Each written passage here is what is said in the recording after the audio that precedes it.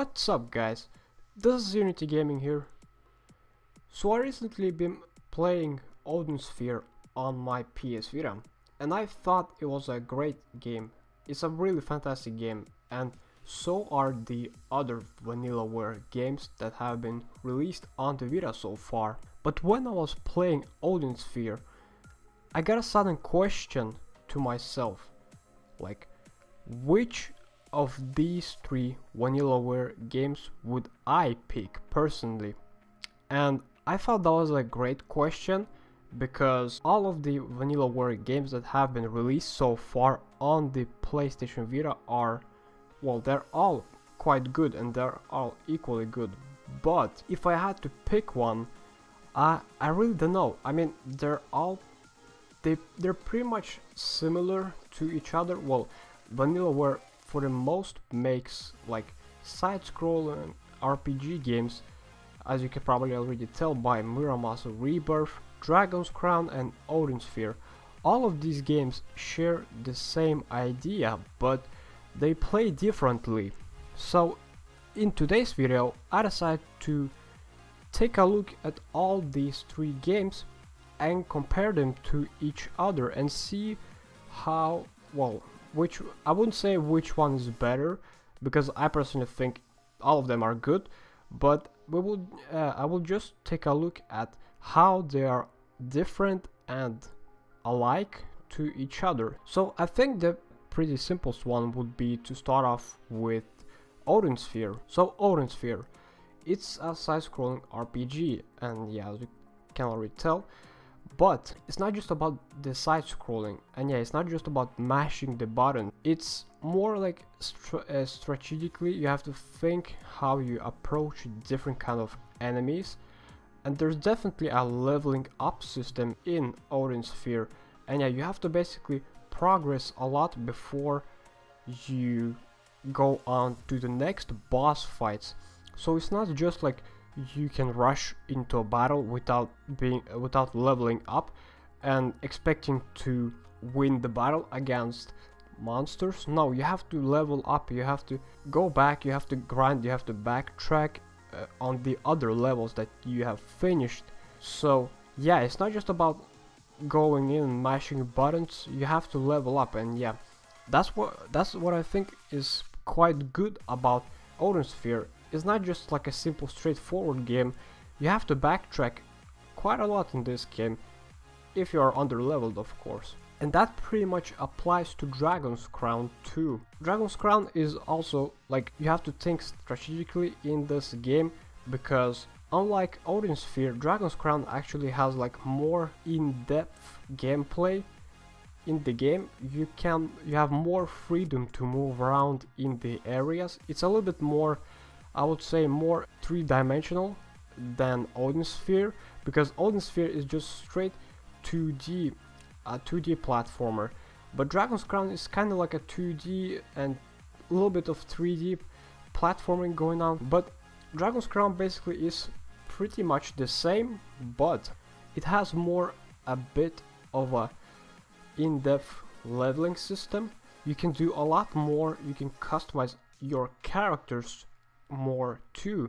In Odin Sphere you can't really customize your characters a lot. You can wear certain equipment that will boost your attacks, but you can't really control your leveling. But in Dragon's Crown you have more freedom to level up your characters, and I think Dragon's Crown is actually more of an RPG than, let's say, I don't know, Odin Sphere. Well, Odin Sphere, as I said, is an RPG, but it's not on the same level as Dragon's Crown. I think that's quite interesting. I mean, these games are based like on the same formula, but they're not quite alike, because these games have something different to each of them that makes them pretty much unique if we compare to each other. But then we also got Muramasa Rebirth, which is also kind of similar to, I would say, Odin Sphere, because it's more straightforward. There's no like 3D going on, you don't have a lot of freedom in your movement like in Dragon's Crown, but it's similar to Odin Sphere but without the leveling system. Instead, Muramasa Rebirth relies on swords, so yeah, you have to basically upgrade your swords, and I think that's pretty cool and a neat idea. You can't really level up there a lot, but it's more based on swords. Also, what I found to be in common with these three games were the grading systems. So what I mean by that basically is, if you finish, for example, a fight in a dungeon, in, for example, let's say Dragon's Crown, you will get a ranking, and that will basically tell you how well you performed in the battle while you were fighting. On the other hand though, Muramasa doesn't have exactly the same system as Dragon's Crown does and Odin Sphere. But for example, Odin Sphere has like a grading system. It will basically tell you how well you performed, and it will give you a grade. Say for example, S means the highest rank, and pretty much the same applies for Dragon's Crown. But Muramasa Rebirth, on the other hand, it doesn't really have a grading system like that. Instead, it will just tell you how you performed. For example, like it was average and stuff like that. There's really no grading system. You don't get any grades, and also it's not as much detailed as in Dragon's Crown or Odin Sphere. There's like no in-depth information about what kind of combos you did or how many combos you performed, etc. So yeah, I think that's quite interesting, but at the same time they are a little bit different and they are alike to each other. So yeah, I think that's a pretty interesting concept going on there. But visually talking, all of these games have the same art pretty much. I personally found Odin Sphere to be a little bit more in Muramasa Rebirth style, but they all look alike because Vanillaware, well, they pretty much have the same art across all these three games, and I think that's really good. I think that will pretty much wrap this video up, guys. I personally think all these three games are quite amazing, and I don't think there is a winner, but judging by the poll, you guys voted for Odin Sphere, and I really like Odin Sphere, but I really don't know which of these games I would prefer the most, but I think they're all quite amazing. But yeah guys, so I guess this will pretty much wrap this video up.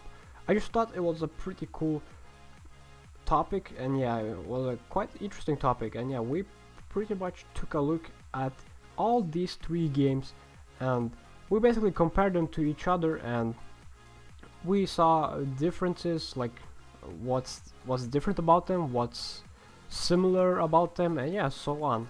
I personally think this was pretty cool. So yeah, but yeah guys, anyways, I hope you all enjoyed watching this video, and I will see you all in the next video. Take care.